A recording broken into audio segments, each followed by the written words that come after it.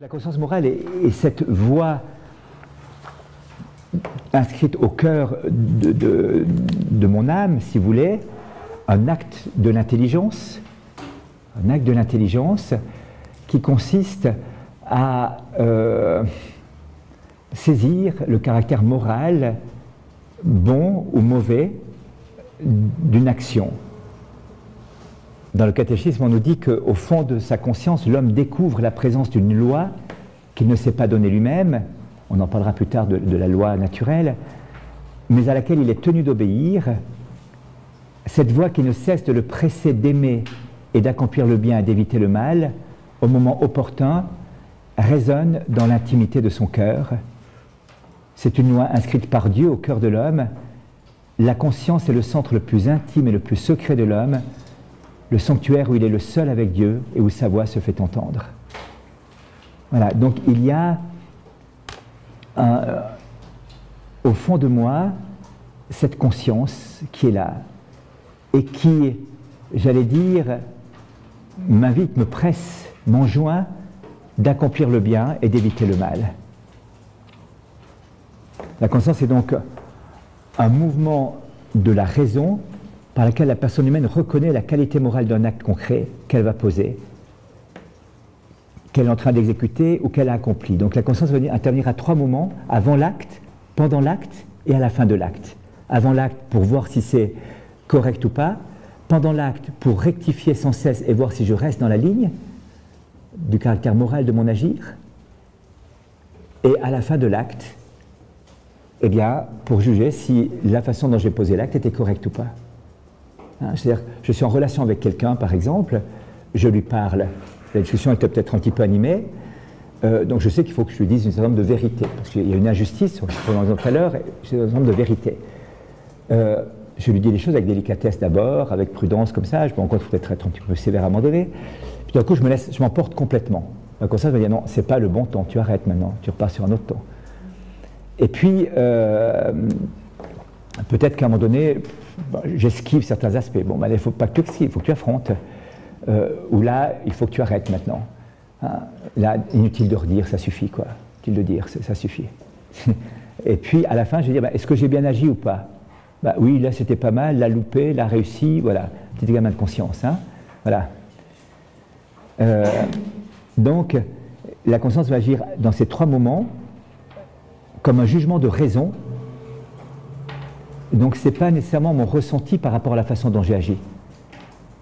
De nouveau, hein, on est dans l'ordre moral, donc non ressenti, puis c'est un jugement de raison, par laquelle je reconnais la qualité morale d'un acte concret que j'ai posé, que je vais poser ou que je suis en train de poser.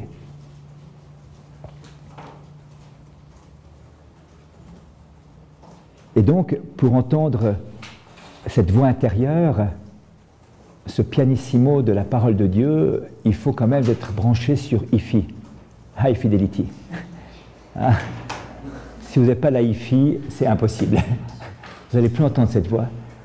La voix du monde, la voix des autres, la voix des médias va envahir cette voix de Dieu. Elle est délicate, elle est silencieuse, elle est d'un respect infini.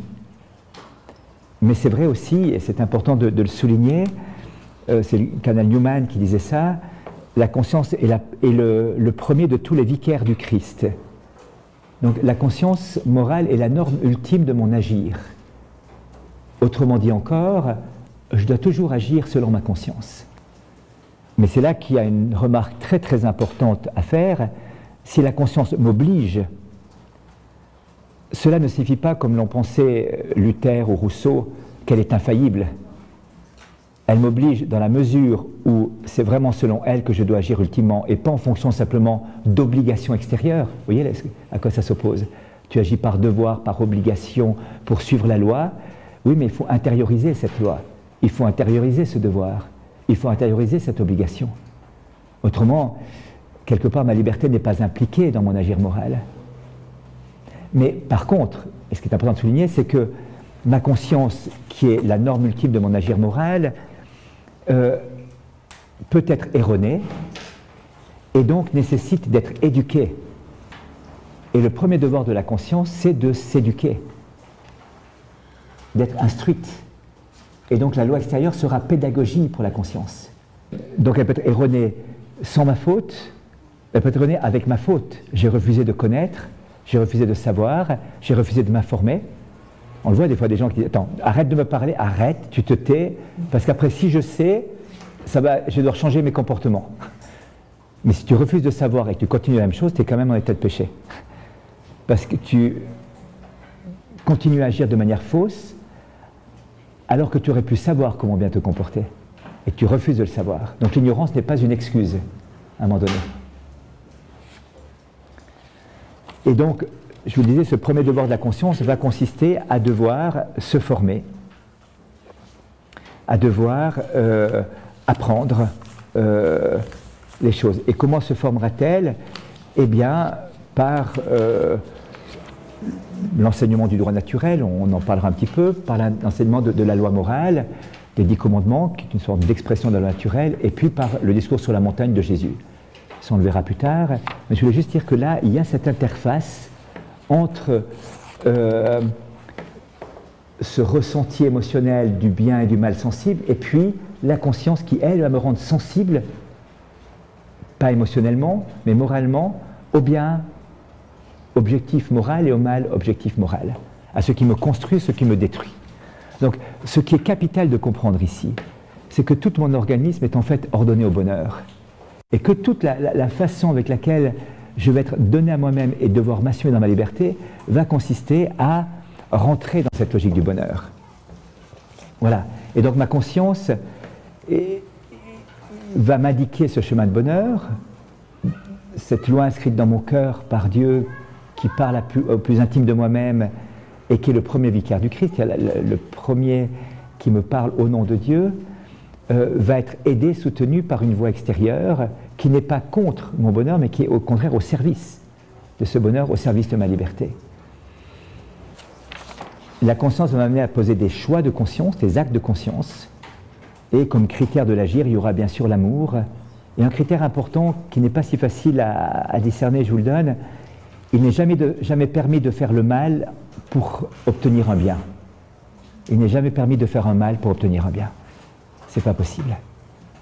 J'aimerais revenir sur la liberté, non pas à partir de ce que j'ai dit hier, et vous vous souvenez de ces deux façons de comprendre la liberté d'indifférence, qui nierait le fait qu'il y a en moi une loi déjà inscrite que je dois décrypter et accomplir, et la liberté de qualité qui reconnaît l'existence de cette loi du bonheur inscrite dans mon cœur et qui consiste à la lire et à la mettre en œuvre. Alors, ça je l'ai dit hier, et donc le fait de suivre cette loi et d'obéir à cette loi permet l'épanouissement de la personne. Et le fait de déroger à cette loi, ce qui est possible, de m'y soustraire, me conduira nécessairement au malheur. Je n'arriverai pas au but.